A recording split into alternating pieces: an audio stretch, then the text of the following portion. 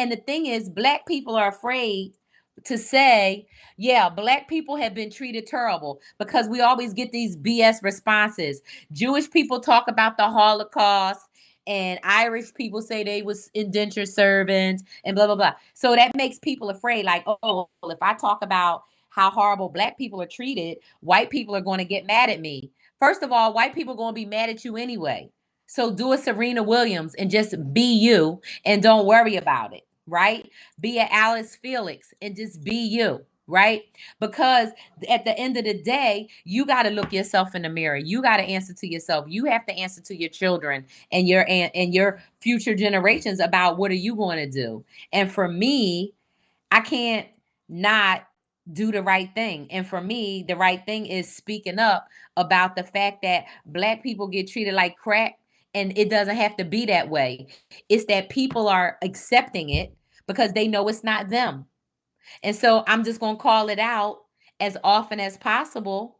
And I'm going to continue to encourage Black people, African people, right, to come together. And I think if Black American people really learned more about Africa, they would love themselves so much more. And I think they would be like, you know what?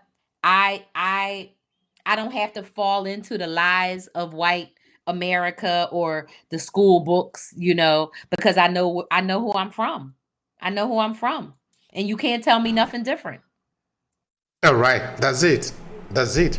I think that perfectly fit into what you said before, that nobody is coming from anywhere to save you. Nobody. Jesus is not coming to save you. I need to bring the bad news for you as African. Nobody is coming. Nobody. You're either going to save yourself or you remain where you are. That is the situation. Nobody is coming to save the Chinese. The Chinese will save themselves. Nobody is coming to save the Russians. The Russians will save themselves. Nobody is coming to who? Only the African people believe that somebody is coming to save them. Now, Why I don't is want to, that?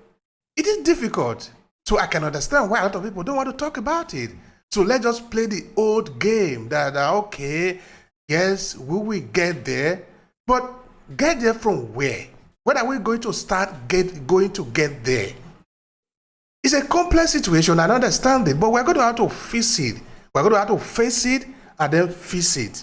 This idea that people just look at themselves as they are not worthy, because that is how many people of African descent look at themselves, that they are going to look for a way to fit into the system that is created for them. That where they cannot really carve out a way for themselves like Marcus Garvey will do. Marcus Garvey stood his ground and he was able to mobilize millions of people. That is how people do when they know themselves. Yep. But today, we are just begging them, please don't kill us.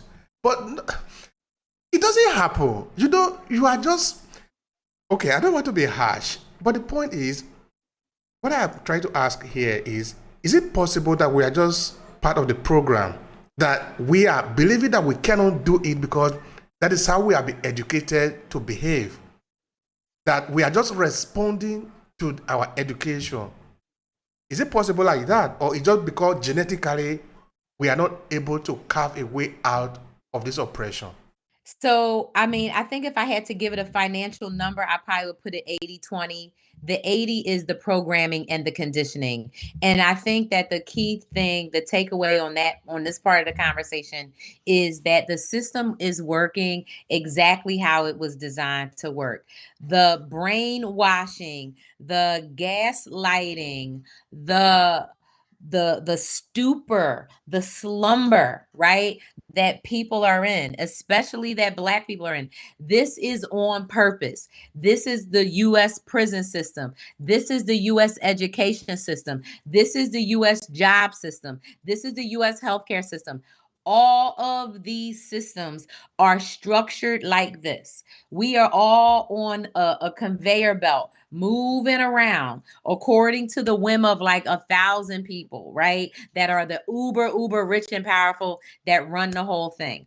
And so there's different options, right? And different opportunities that Black people have have in terms of breaking free from it. The first piece has to start in the mind, and it is that belief deep down that I know who I am and I know what I'm about and I know my worth and my value and my capabilities and my skills.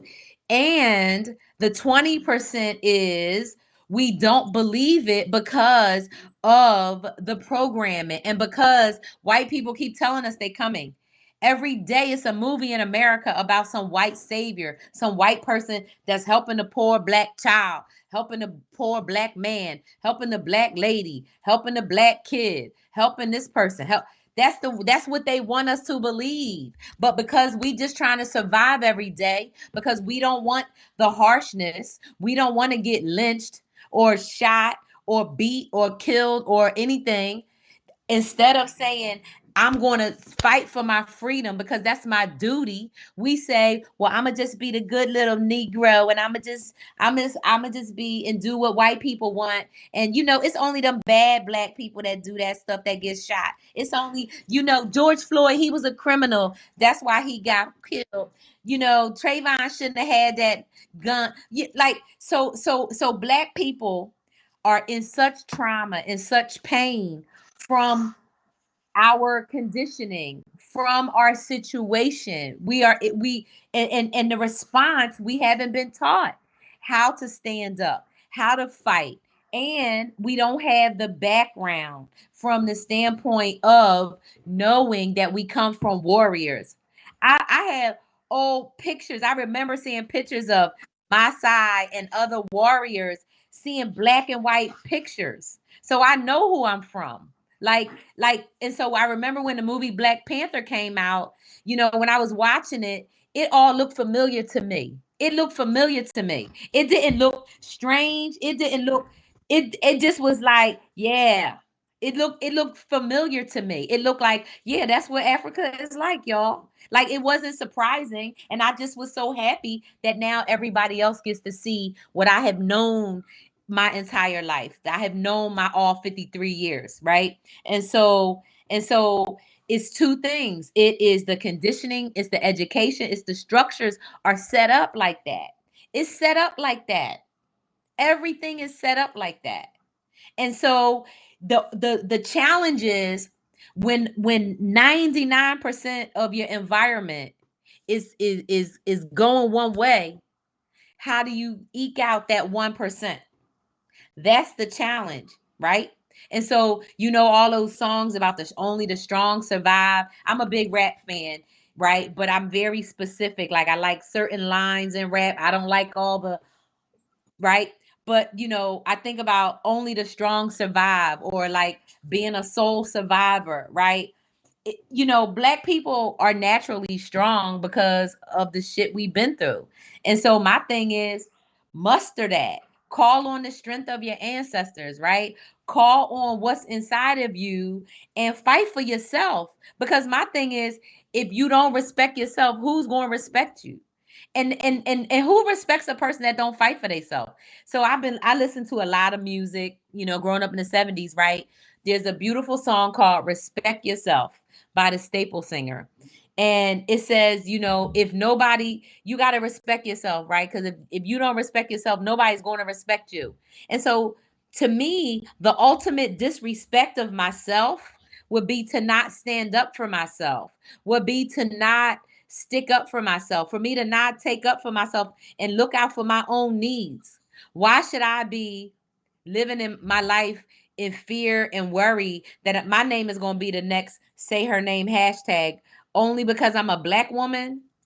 And if I'm in Africa, I try, I really try to balance how much, global news I read, because when I read anything, about what's happening in Africa, like stuff in Darfur or the Congo, or like it breaks my heart, and it makes me even more longing to like be in Africa, right? Because at least I'd rather be around people who I don't know, sometimes I feel like I'd rather be around people who get it a little bit more or something. I don't know what it is. I feel like sometimes in America, people are, maybe they just are so comfortable.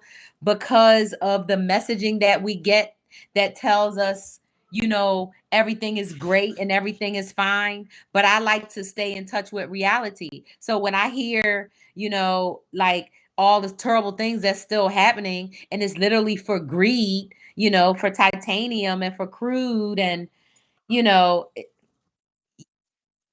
all and knowing that those wars and everything, it all of that stuff is happening from everything else, right? Like the problems that are happening in Africa, just like the problems happening in the Middle East, is not those problems that just came out of nothing. Those problems come out of all this imperialist mindset, right? And America thinking they know what's best for everybody, and they want to tell everybody what to do all the time.